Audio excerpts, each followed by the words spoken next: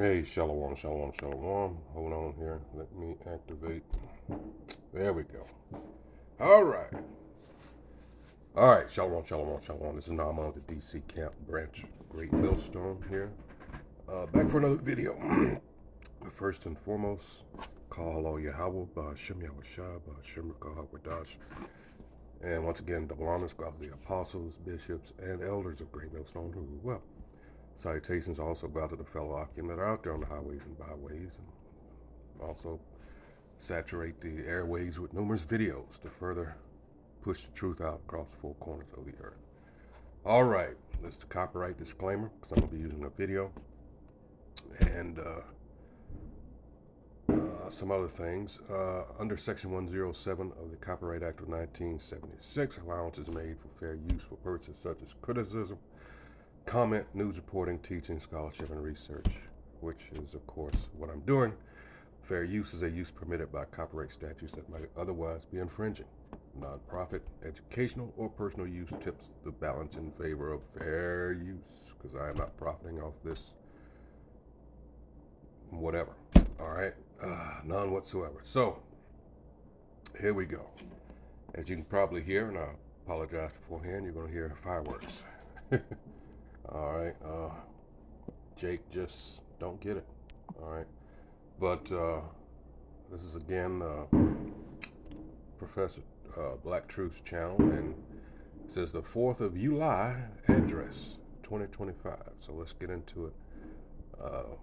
As you can hear, Jake don't want to do nothing. He just into his flesh, so to speak. So here we go.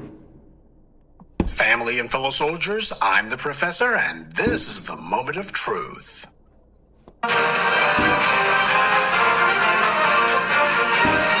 Now, normally this would be the Friday Crime Report. Then again, it actually should be because of the fact that today marks the date of the greatest crime in human history. Yep. That being the case, why don't we take a moment to reflect on how truly great this country is? Okay, moment's over.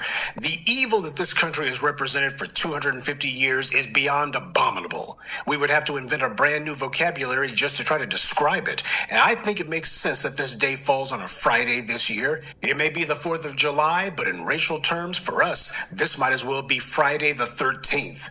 While some people are planning to have barbecues or some other frivolity today, we in the black media make it a point to take a righteous dump on the traditions, observances, and so-called holidays of our enemies. That's the reason why today is the 4th of July. And to mark the occasion, every year we do some sort of address where we go ahead and recount some of the country's sins and remind people of why it is that this nation is an evil, sick, racist cesspool. They show no respect for us. What the hell would we look like standing around with tears in our eyes singing the Star-Spangled Banner? Francis Scott Key was a slave owner, and as a lawyer, he defended slave owners numerous times in court. Originally, this country didn't have a national anthem, though there were other songs, believe it or not, by individuals not as odious as Scott Key that actually were sung from time to time. But in the years following Reconstruction, you had these white supremacists who were running around trying to sanitize the image of the Confederacy, and one of the things that they made it a point to do was to take all of these slave owners and these anti-black racists and try to give them honorable places in the public square. The 4th of July is a bit of political propaganda. It's indoctrination, and there are a lot of people who, because they allegedly get a day off work, most of them, not all, as far as they're concerned, they'll go ahead and play along with it. But you know, when the oppressed decide to play along with their oppressors, that is not a victimless crime. It's a deadly game, one that always ends badly for the ones foolish enough to play it. This country has a number of lies that is told about itself. This is what's referred to as a national myth. This is when a country invents a story about its origin, one that's meant to elevate its founders to mythical status. Take ancient Rome, for example. Romulus and Remus, the founders of that savage empire, were claimed to have been raised by wolves. Now let's put aside the idea that in order for that to even be true, Rome's founders had to have been abandoned by their own mother. No wonder then that this is the revived Roman Empire. All right. See, this is what you Christians don't understand. You're so into joining in the bashing of the Israelites, but yet you don't take the time to investigate on your own. you've become part of this, what's the word? Almost like a hive mind type of thing. You know, and those Israelites, you know, and you you fail to realize that this is for your benefit.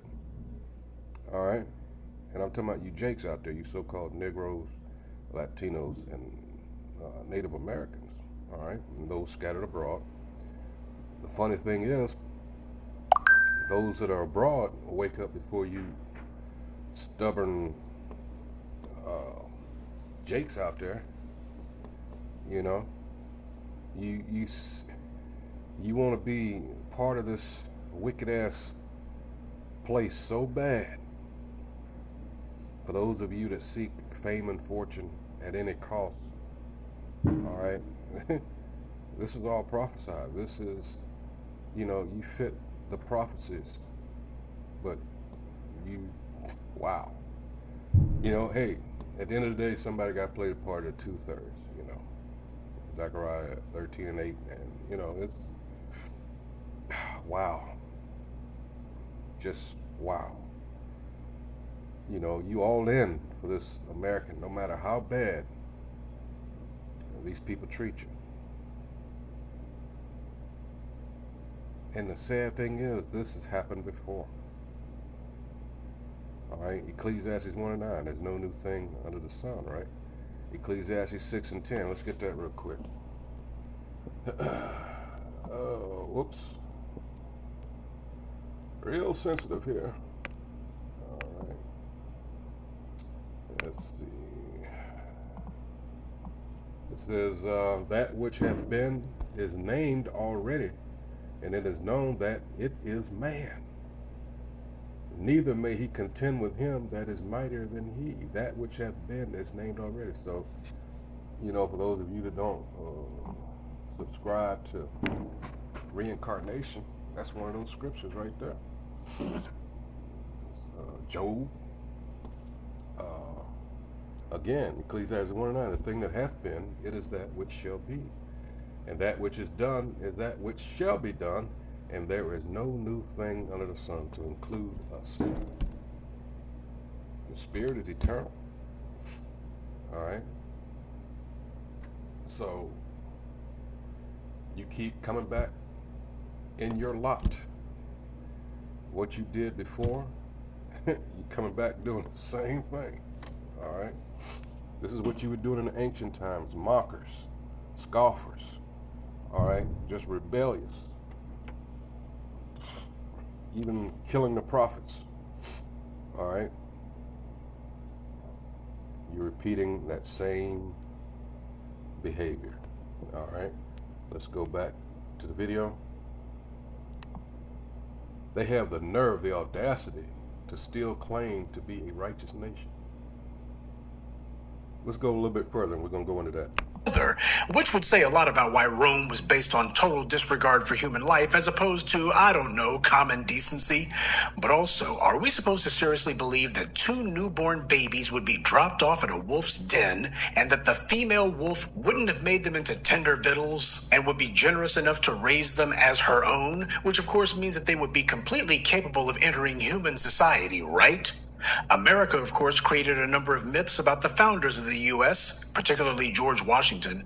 The story about the cherry tree, for example. Maybe he didn't tell his father a lie, but whomever invented that story did. National myths are nothing more than national indoctrination, because inevitably the founders of the U.S. made the intentional decision to deify George Washington, because if you're going to get people to give their wholehearted devotion to a gang of slavers, murderers, and rapists like the founders of the U.S., then you have... Now that is the truth. That's all they were. A gang of slavers, murderers, rapists, and who knows what else. All right? But they've been deified, as he was saying. These people are constitutional, like it came from the Most High itself. Let's get into that. I'm glad he put it like that. They deified, all right? Let's go into this. Because a lot of you under that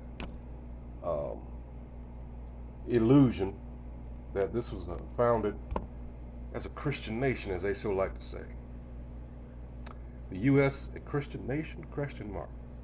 Not according to the founders. And this is very important. George Washington may have said it best, if not first. Religious controversies are always more productive of acrimony and irreconcilable hatreds than those which spring from any other cause. To prevent such controversies, Washington ordered Continental Army commanders to protect and support the free exercise and undisturbed enjoyment of religious matters. So, excuse me. This thing is so sensitive sometimes. All right. Religious matters. But former Attorney General Jefferson, all right, Jeff Beauregard Sessions, third, used to be coach of Alabama, contends that Washington's views were directly contrary to the founding of our country. Oh. And Vice President Michael Richard Pence, a fervent churchgoer who publicly proclaims his Christian beliefs whenever he can, insists that the United States was founded as a Christian nation. So wait a minute now. We got, I got two different, okay, well, let's just go ahead and see who's right here. It says Pence and Sessions are but two prominent Americans in and out of politics today who continue refueling a centuries-old controversy over the role of religion in American life. Washington's friend, the widely heralded polemicist Thomas Paine, tried ending the controversy. "I do not believe in any church," he declared, in a call to arms against what he called church-state tyranny in early America. He insisted that every national church or religion accuses the others of unbelief. "For my own part, I disbelieve them all." But Benjamin Franklin and Thomas Jefferson agreed. President Jefferson denied that whom they called Jesus was a member of the Godhead, and Benjamin Franklin, a co-author of the Declaration of Independence with Jefferson, decried Christian church services for promoting church memberships instead of trying to make us good citizens. An outspoken deist, Franklin criticized all religions for making orthodoxy more regarded than virtue. He insisted that man be judged not for what we thought, but what we did, that we did good to our fellow creatures. And even in that, they fell far short. All right. Most of Americans, again, this is the hypocrisy. These demons here. He says most of America's founding fathers echoed Franklin's beliefs. America's fourth president, James Madison, was raised an Anglican and was a cousin of Virginia's Episcopal bishop. But he was a fierce proponent of church-state separation and fathered the Bill of Rights, whose opening words outlawed government establishment of religion and any prohibition of the free exercise thereof. Both Congress and all the states agreed. It was the universal opinion of the 18th century, Madison wrote in 1819, that civil government could not stand without the prop of a religious establishment, and that the Christian religion itself would perish if not supported by a legal provision for its clergy. But as president, Madison found that the devotion of the people have been manifestly increased by the total separation of church from the state. Even the devout church-going Congregationalist John Adams, who had signed the Declaration of Independence, inked his presidential signature on the 1796 Treaty of Tripoli, from the halls of Montezuma to, affirming to Americans and the world that the United States is not, in any sense, a Christian nation. Let me run that back. Even the devout church-going Congregationalist John Adams, who had signed the Declaration of Independence, inked his presidential signature on the 1796 Treaty of Tripoli, affirming to Americans and the world that the United States is not, in any sense, a Christian nation. The 23 members present in the U.S. Senate, out of 32, ratified the document unanimously.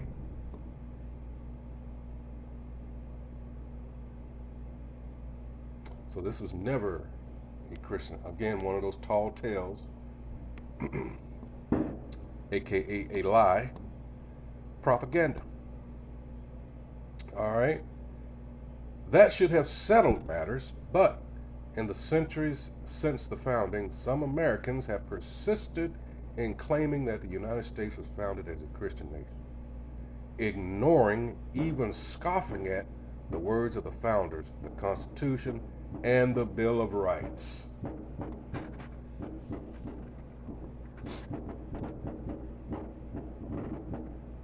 Wow. The sole grain of truth to claims of governmental ties to Christianity in early America lies in the different religions established in each of the independent British North American provinces before the birth of the United States.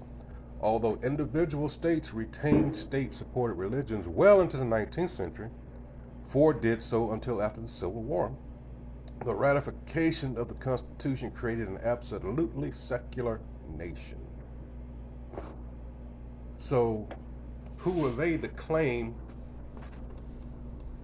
what doesn't belong to them, i.e., the Bible?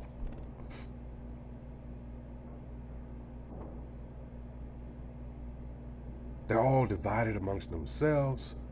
They're hypocrites to the nth degree, especially when it regards us. See, people out here celebrate what's left of July the 4th here, 2025. And that had nothing to do with our people. What was the condition of our people during that time? Like, duh. None of that applies to us. Bill of Rights, none of that bullshit. And if you catch them in the right mood, they will remind you of that. All right. Or in the wrong mood, however you know. All right.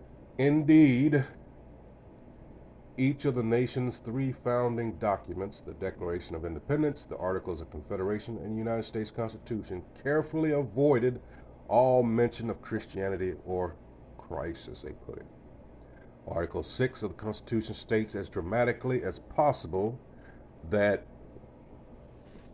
they quote, no religious test shall ever be required as a qualification to any office or public trust under the United States.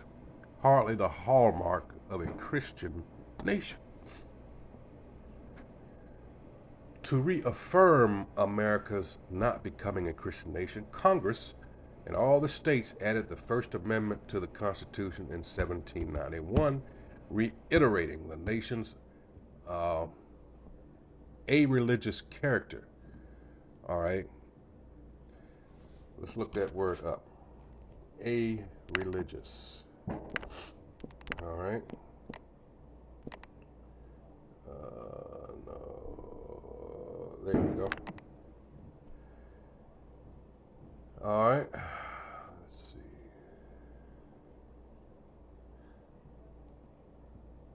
Wait a minute. I messed that up. All right. Hold on. I thought that was funny. All right. Let's see. Move this out of the way. All right. Here it is. This is dictionary.com. Simply put, unconcerned with or indifferent to religious matters. I repeat, a-religious. Unconcerned with or indifferent to religious matters. Wow. You know what else? While we're on that subject, I had, let's see, where did I put it? Where did I put it? Put it. Let's see.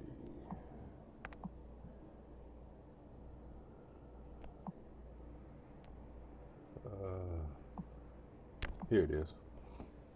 Now, let's go up to the top. It says 30 powerful Bible verses about the 4th of July. Today we talk about Bible verses about the 4th of July. This holiday is a reminder of our nation's independence and freedom, a gift that many fought hard to secure. At the expense of who? For us as Christians, this day can also be a time to reflect on the ultimate sacrifice made for our freedom. Now, are we included in that? Hell no.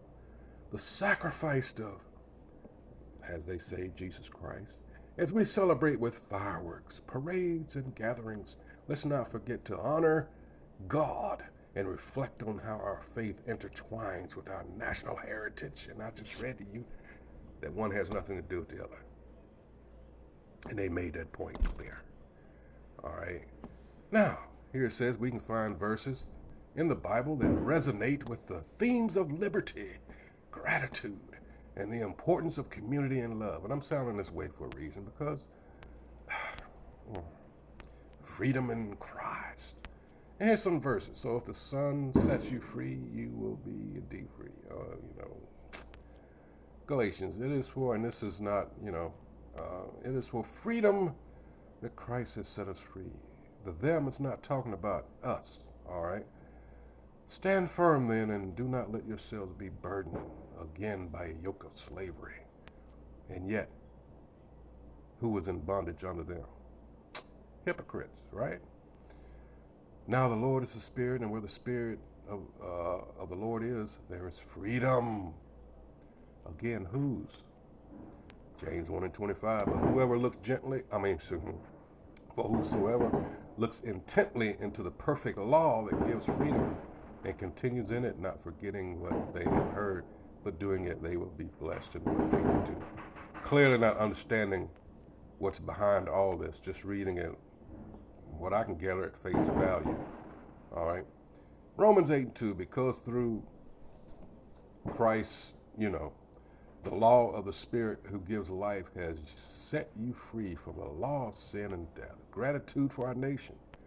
1 Thessalonians 5:18. Give thanks in all circumstances, for this is the will of God in Christ for you. Psalms 107:1. Give thanks to the Lord, for he is good, his love endures. All right. Going on down.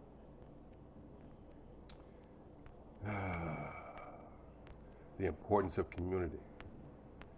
And again, this is about them. All right. Certainly not the tribes of Gad and Reuben during this time that they're talking about, this particular frame of time when the Constitution was written. All right. What was going on in this land. All right. Let's see. Hebrews 10:24.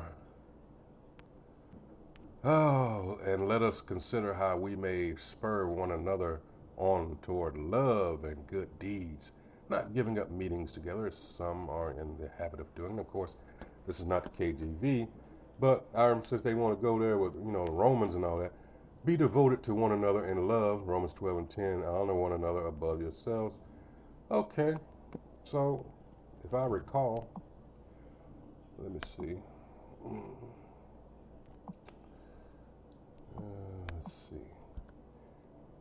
Romans 13:10. Again, considering the times, even to this day. All right. Love worketh no ill to his neighbor. Therefore, love is the fulfilling of the law. Let's go into the Old Testament. Let's go to Deuteronomy. I believe it's 19:14. It says, thou shalt not remove thy neighbor's landmark. What did he do with Gad? All right. Which they of old time have set in thine inheritance, which thou shalt inherit in the land that the Most High Yahweh thy God giveth thee to possess it. See, that's the thing. The God of the Israelites is not the God of everyone. All right. So, we know in the same book, all right, in chapter 32, verse 8, all right, everything was divided up. All right, it says, when the Most High divided to the nations their inheritance, when he separated the sons of Adam, he set the bounds of the people according to the number of the children of Israel. separate from everyone else. That was the template. All right, and yet this fool, and that's what they are, the nation of Edom, the descendants of Jacob's brother Esau, that's all they have done throughout their history. Once they got in the rulership on a grand scale, as in the Greeks, when they took over that, the Macedonians, under Philip II, and then when he died, his son Alexander the Great, it went on from there. And it even tells you in Maccabees, evils increased when that happened. But they conveniently took those books out. I wonder why. One, it tells you Christians, all right, about our people being Hellenized. All right, we began to live by Greekish customs and traditions. All right, totally forgetting who we were. And then roughly looking at a roughly 400-year span there that's taken out. It just goes from Malachi to St. Matthew, skipping 400 years. All right, so yeah, let's go back to it's a lot of history. It's a lot of secular history that corresponds with the scriptures that you're leaving out in your ignorance. And it's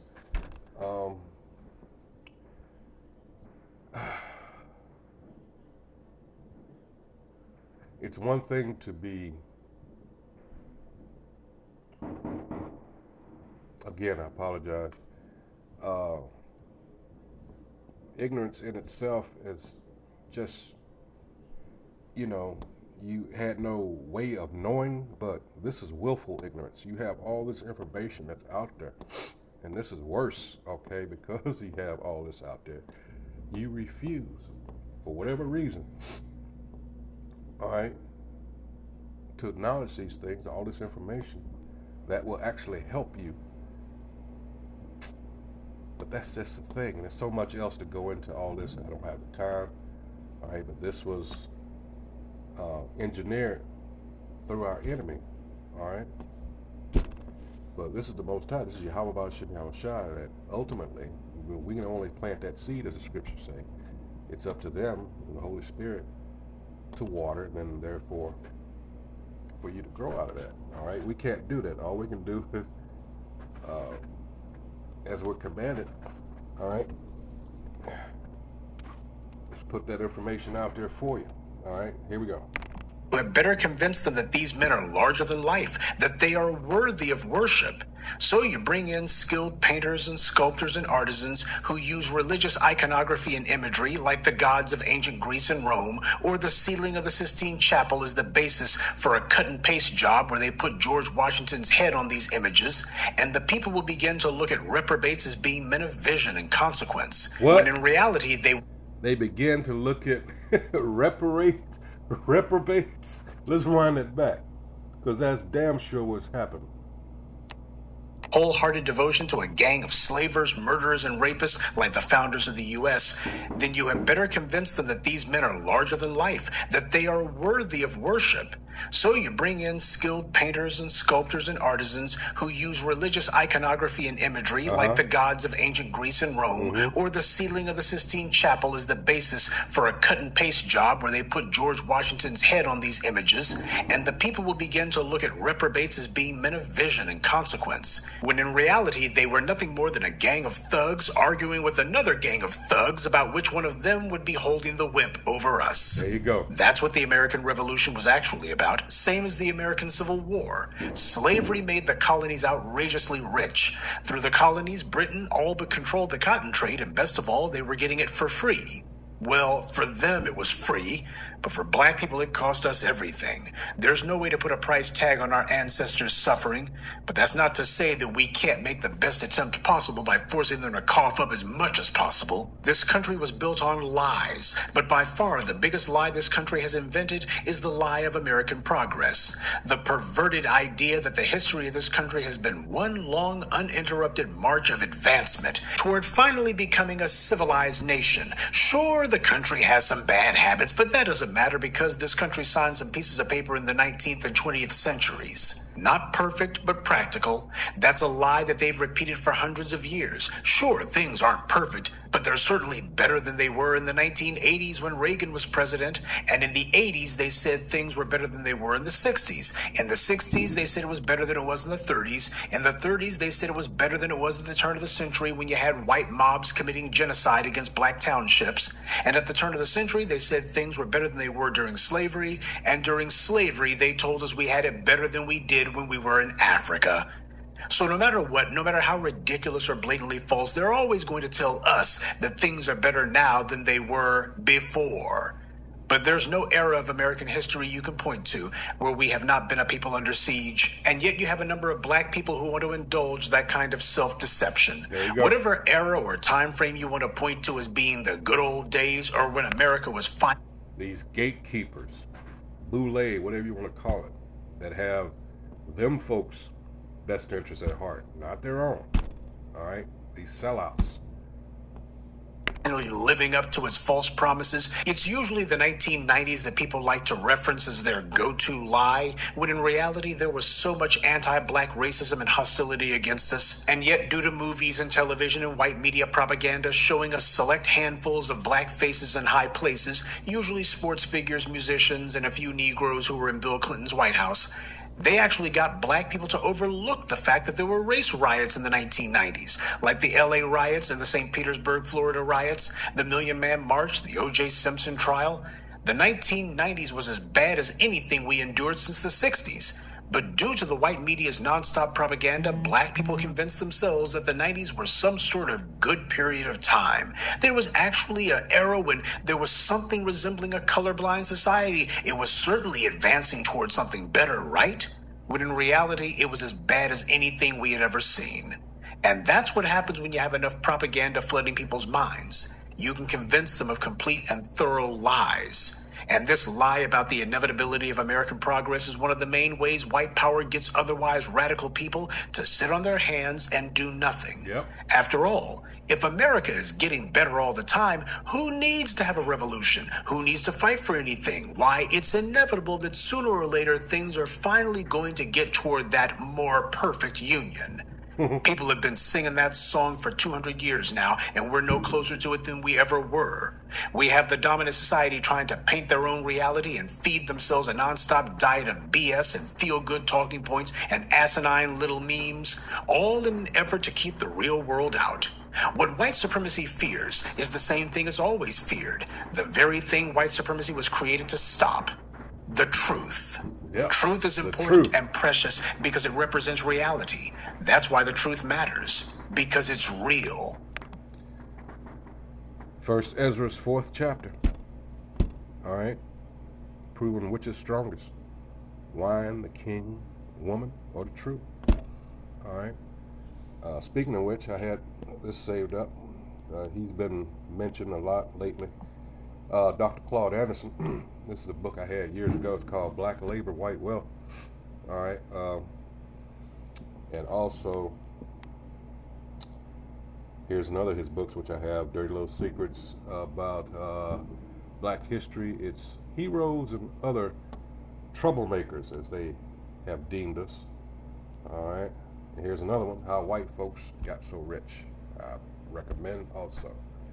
All right. All the shit, all right, that they've done to sabotage us, all right, at every angle, all right, and that's why we bring up scriptures like, why, to further stress the point that why in the fuck would you want to stay? They always change shit up, all right, so they can continue to have an advantage over us. In other words, they're never going to let us win. Never. Never. And precious because it represents reality. That's why the truth matters, because it's real. Now, people have made an entire culture out of lying to themselves. White power creates bubbles for them to take refuge in, residential bubbles called suburbs, political bubbles called political parties, which are represented by hand-picked puppets, usually controlled by plutocrat donors. The only difference between them is rhetorical, and of course, they've been presented with a psychological bubble created by television and print publications, and they fill those bubbles with all kinds of white media fantasies. Yep. White society has been psychologically masturbating itself to death to the point that they can't even stop themselves from shooting up their own schools, movie theaters, grocery stores, and even churches. Their children are being buried by the dozens live on air, and that hasn't caused any sort of change. Oppression arises from brutality. That's what it takes to establish oppression. But in order to maintain and perpetuate it, you require the oppressed to be made confused. Instill apathy in them, to resign themselves to their fate. That's a key part of the process, but equally important is to make them think that they can change their circumstances, but only by working within the confines that white power tells them are available. You get them to go along with the lie that the very people who oppress them are somehow going to give them apparatuses which, if they use them as directed, will lead to their liberation. And that's the reason that we call it the 4th of you lie. Look, if you want to take advantage of a day off work, that's your business. But if you're actually singing America's praises and making excuses for the greatest crime in human history, then that makes you a new fool. There you go. This country was built on our backs, its wealth stolen from us and given to people who did nothing to earn it. They know what they've done, and they live in mortal fear of the day when the books are finally balanced. So if you're one of the people silly enough to have bought into the lie that some sort of great democracy was being born on this day, you need to get real. Better yet, you need to learn to read a history book instead of letting the white media give you their national myths. You're waxing poetic about a democracy that no black person in this country has ever enjoyed, singing along with so-called patriotic songs, talking about a land of opportunity that was only made possible by our labor and opportunities that we have been systematically denied. And you got trash like moron DeSantis saying that the purpose of history is to teach people to love America? No. The point of history is to teach people to understand how we got to this point. That's how it is with every field of study. Education is not about teaching you to love a particular subject. It's about teaching you to understand it. I understand this racist cesspool, which is why I don't love it, and neither should you. I mean, seriously, what the hell would any sane black person look like loving this country? That's what I was Love is like respect. It has to be earned. But then again, white supremacy is all about the dominant society getting things that they did nothing to earn. There you go. The story of this putrid country is not one of progress. It's a story of thieves and opportunists who were scared of work, who lacked all decency and morality, and were trying to get something for nothing by creating an anti-black paradigm. And they've spent the last 150 years using every scheme, scam, and ploy they can think of to maintain this paradigm just a little bit Just what longer. I was talking about. But no matter what, we're going to make sure that we write the ending to this country's putrid story. No. ending. It's already been written and it's in the scripture. All right. Let's go to. It's already written. All right. Prophecy must be fulfilled, and we're just playing it out. All right. Let's see. Let's go to Jeremiah here. 51. Because everybody, Jake is under the illusion that things are going to just get better, because in the back of their mind they're hoping that this is just a phase and they can get back to being what our oppressor has deemed us as niggers. Don't mind them, they're also going to be that way. This is Jeremiah 51:6. It says, flee out of the midst of Babylon, all right, and deliver every man his soul, meaning quit doing and feeding into these philosophies and being just what I said, what our oppressor has deemed us as, you know. It says, be not cut off in her iniquity, for this is the time of the Most High Yahweh's vengeance. And it's speeding up here, all right, when we say CTD, circling the drain. Well, in that, as the water, as it's starting to, it increases in velocity, right? So you're seeing things are speeding up, all right? So that lets you know we're really coming to the end here. He will render unto her a recompense, all right? Oh yeah, you got to pay for what you did. There's no way around it. You know, your basic everyday American will agree on America getting its vengeance, its revenge on shit that's been set up by America. They don't realize it, or they do, and they just don't care. They're hoping that you don't, you and I don't. But no, you're no different. So again, this is the end. All right, it says Babylon has been a golden cup in the Most High's hands, and it has. The Most High's name is Yahweh. That made all the earth drunken. The nations have drunken of her wine. Therefore, the nations are mad. What wine are we talking about? Are we talking about, you know, wine that you know, the physical wine that you drink? No, it's talking about her philosophies, her doctrines, democracy. Babylon is suddenly fallen and destroyed. How for her? Take balm for her pain. If so be, she may be healed. But we know that. 9. We would have healed Babylon, but she is not healed. Forsake her and let us go, everyone into his own country. Isaiah 13th chapter. For her judgment reacheth unto heaven and is lifted up even to the skies. All right. Let's go to that Isaiah 13 real quick, because let me tell you something. With what's going on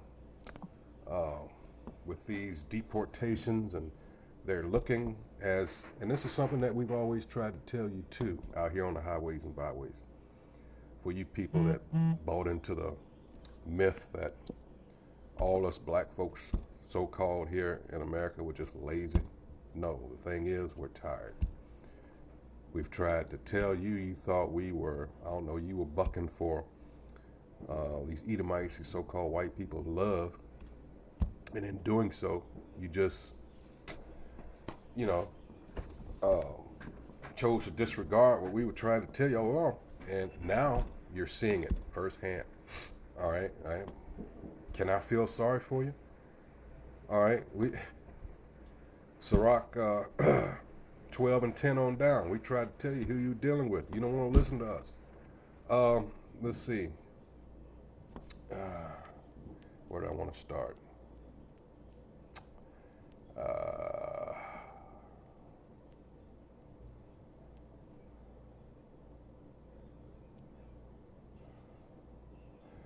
I'll start at 6. Howl ye, for the day of the Most High Yahweh is at hand. It shall come as a destruction from the Almighty. Therefore shall all hands be faint, and every man's heart shall melt, and they shall be afraid. Pangs and sorrows shall take hold of them. We tried to tell you, what are these pangs? Let's go into that definition. A hinge, all right, Strong's H6735, Tuzayar, all right, a pressed and turning, also a throw, as a physical or mental pressure, all right, ambassador, messenger, pain, sorrow. That's it's already here, but oh, it's going to get so much worse, all right? And they shall be afraid. Pangs and sorrow shall take hold of them. They shall be in pain as a woman that travaileth. They shall be amazed one at another. Their faces shall be as flames. Behold, the day of the Most High Yahweh cometh, cruel both with wrath and fierce anger, to lay the land desolate, and he shall destroy the sinners thereof out of it. For the stars of heaven and the constellations thereof shall not give their light. The sun shall be darkened in his going forth, and the moon shall not cause her light to shine. And I will punish the world for their evil and the wicked for their iniquity, and I will cause the arrogancy of the proud to cease, and will lay low the haughtiness of the terrible. And something you're seeing in your everyday Edomite is stress. They're feeling it. All right. We've lived this way for the longest, and we know historically these Edomites, these so-called white people, they can't take adversity like that. All right. And this is what makes it so dangerous. I'm seeing people just yesterday out and about, motherfuckers, and these are Edomites, just randomly cussing motherfuckers out. 12, I will make a man more precious, and that's an Israelite man, more precious than fine gold, even a man than the golden wedge of Ophir. Therefore I will shake the heavens, and the earth shall remove out of her place, in the wrath of the Most High, the Lord of hosts, and in the day of his fierce anger. And it shall be as the chaste roe, and as a sheep that no man taketh up. They shall every man turn to his own people, and flee every one into his own land. See, this has been the topic as of late in a lot of videos I've watched. And Jake has been said we're tired of being used by these other nations, all right, to try to fight for them, and they've treated us like shit. And Jake is like, you know what? But the thing that they shouldn't do, all right, is delight in the suffering of, because a lot of them don't know that Northern Kingdom are our people. Yes, their heads are up, have been up Esau's ass, but that doesn't change the fact that, hey, at the end of the day, these are our people. And as history has taught us that, into the scriptures, Northern Kingdom gets it first, and then the Southern Kingdom gets it the worst. All right, that's just the pattern that it's been. 15, everyone that is found shall be thrust through, and everyone that is joined unto them, our enemies, shall fall by the sword. Their children also shall be dashed to pieces before their eyes. Their houses shall be spoiled, and their wives ravished, graped. All right, grow up, because you don't have no time for, to be, sorry about that. Oh, so sensitive. Let's finish this out. Going to make sure that we write the ending to this country's putrid story, and that ending won't be yet another phony myth. Until then, if you're planning to be cooking out today, I hope your barbecue and this country burn to a cinder. Good day, and be one. So there you go. So with that, I hope whoever views this video has been edified. We are at a critical point. Keep your head on a swivel, like I always say. Be circumspect. That's what the scriptures call for anyway. All right. Don't be just laying up or like these fools you hear out here. All right. Count it. This thing is so sensitive, man. Golly. Don't be like these people out here you hear in the background here. They have no clue what's coming just around the corner. All right. So with that, hey, until the next video, hey, shalom.